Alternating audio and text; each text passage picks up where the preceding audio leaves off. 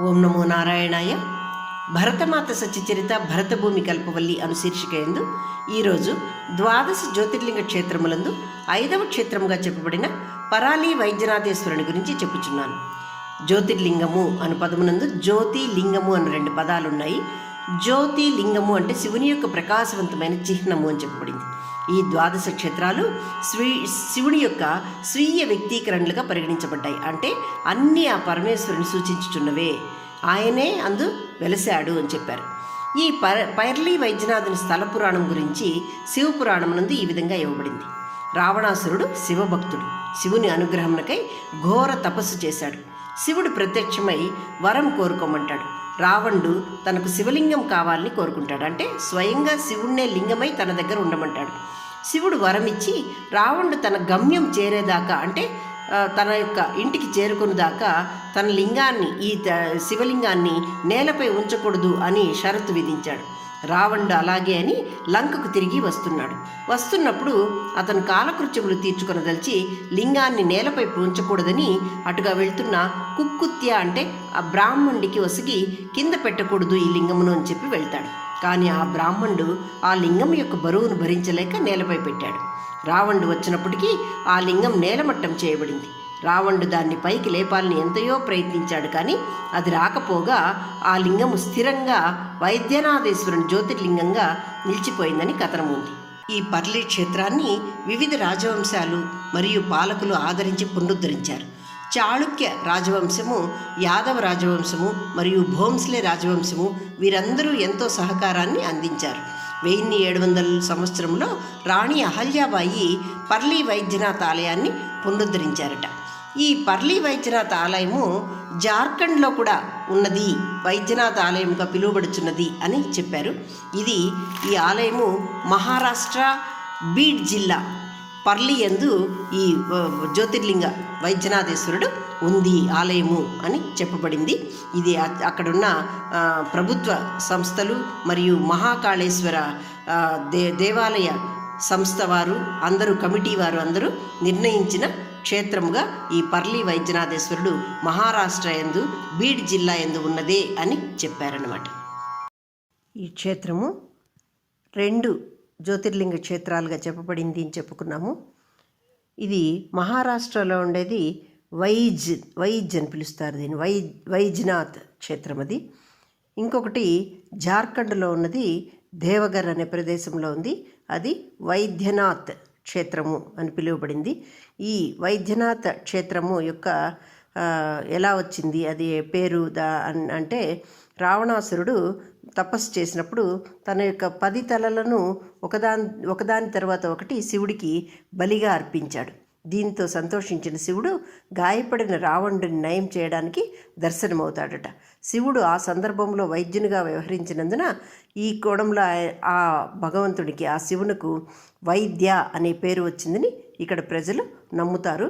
ఇక్కడే వైద్యనాథం చితాభూమి శివపురాణం నందు చెప్పబడింది. ఇక్కడ ఈ భగవంతుడిని శ్మశానం బూడిద పూసుకొని అలంకరించేవాడిగా పరిగణించి పూజ చేస్తారు. మహారాష్ట్ర బీడ్ జిల్లా పర్లి యందు వైద్యనాథుడు పంచమ ద్వాదశ జ్యోతిర్లింగ పవిత్ర క్షేత్రముగా వెలసెనట. పర్లం వైద్యనాథం అని స్పష్టముగా పిలువబడుచున్న శివుడు స్థల పురాణం. రావణాసురుడు శివుని పరమ భక్తుడు. శివుని ప్రసన్నం చేసుకొనుటకు తీవ్ర తపస్సు చేసెను. శివుడు మెచ్చి రావణుడు కోరిన విధమున తన లింగమును వరముగా ఒసగెను. తాను గమ్యాన్ని చేరు వరకు ఈ లింగాన్ని నేలపై ఉంచరాదని శివుడు షరతునిడెను. రావణుడు లంకకు తిరిగి వెళ్ళుచు ఒక ప్రదేశమున ఒక బ్రాహ్మణుని చేతికి లింగమును ఇచ్చి తాను వచ్చుదాకా ఈ లింగమును భూమిపై నిడకుము ఎనెను. రావణుడు తిరిగి వచ్చుసరికి ఆ బాలుడు లింగము యొక్క బరువు మోయజాలక దానిని క్రిందనుంచ ఆ లింగము అచటనే స్థిరపడిపోయెను. రావణుడు దానిని పెకిలించ అది జ్యోతిర్లింగమై అచటనే దివ్య కాంతి స్తంభమై స్థిరపడెనని ఇదియే పర్లి వైద్యనాథ క్షేత్రమని కొలువబడుచున్న క్షేత్రము. ఆలయ నిర్మాణం గొప్ప సాంస్కృతిక వారసత్వాన్ని ప్రతిబింబించుచున్నది. ప్రధాన చారిత్రాత్మక కట్టడము ఇది. గొప్ప సాంస్కృతిక వైభవము కలది అని. విశాల ప్రాంగణం, గంభీర ప్రవేశ ద్వారం, గొప్ప హేమాడ్ పంతి మరియు ఇండో ఆర్యన్ నిర్మాణ శైలిలో ప్రజల హృదయాలలో వర్ధిల్లుతున్న పవిత్ర ప్రదేశం. మహాశివరాత్రి రోజున వైద్యనాథుని జయంతి అతి వైభవముగా ఇచట జరుపబడును. దేవగిరి యాదవుల కాలంలో శ్రీ కరుణాధిప హేమాద్రి దీనిని నిర్మించినట్లు ఉన్నది. అహల్యాబాయి హోల్కర్ దీనిని పునరుద్ధరించెనట. ఆలయ సమీపాన బ్రహ్మనది ఒడ్డున జిరేవాడి వద్ద సోమేశ్వరాలయం, సమీపాన అంబే జోగయ్యనబడు అంబా భవానీ క్షేత్రం. ఆలయ అందాన్ని పెంచే 2 సరస్సులు పచ్చని చెట్లతో వసంత శోభతో అలరారుతున్న క్షేత్రము. వైద్యనాథుని శివలింగం సాలిగ్రామరాయని చెప్పబడినది. పురాతన రోజుల్లో ఇది బీడైన చిరభూమని, శవాలను కాల్చివేసి అంత్యక్రియలు నిర్వహించు స్థలమని, కాపాలిక భైరవ తాంత్రిక ఆరాధనలకు కేంద్రమని, ఇక్కడ శివుని శ్మశన్వాసిన్ననగా శ్మశానములో నివసించేవాడు. శవభస్మ భూషిత అనగా కాలిన శరీరాల బూడిదతో అలంకారముగా తన శరీరాన్ని అలంకరించుకొనువాడని పూజింపబడుచున్నవాడు.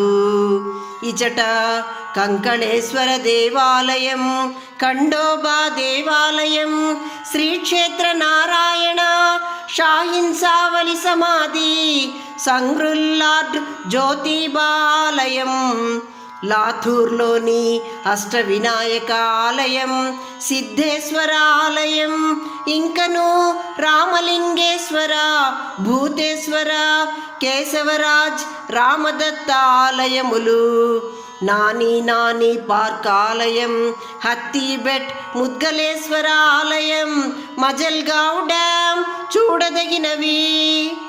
అసురులచే దేవతలచే పూజింపబడుచు భారతదేశానికి ఈశాన భాగములో శాశ్వతముగా తన భార్య పార్వతితో కూడి ప్రకాశించే మరియు నివసించే వైద్యనాథునికి నేను నమస్కరిస్తున్నానని శంకరులు 12 జ్యోతిర్లింగ స్తోత్రమున పాడిరి. మహారాష్ట్ర బీడు జిల్లా పర్లియందు వైద్యనాథుడు పంచమ 12 జ్యోతిర్లింగ పవిత్ర క్షేత్రముగా వెలసెనట. మహారాష్ట్ర బీడు జిల్లా పర్లియందు వైద్యనాథుడు పంచమ 12 జ్యోతిర్లింగ పవిత్ర క్షేత్రముగా వెలసెనట. ఓం నమో నారాయణాయ.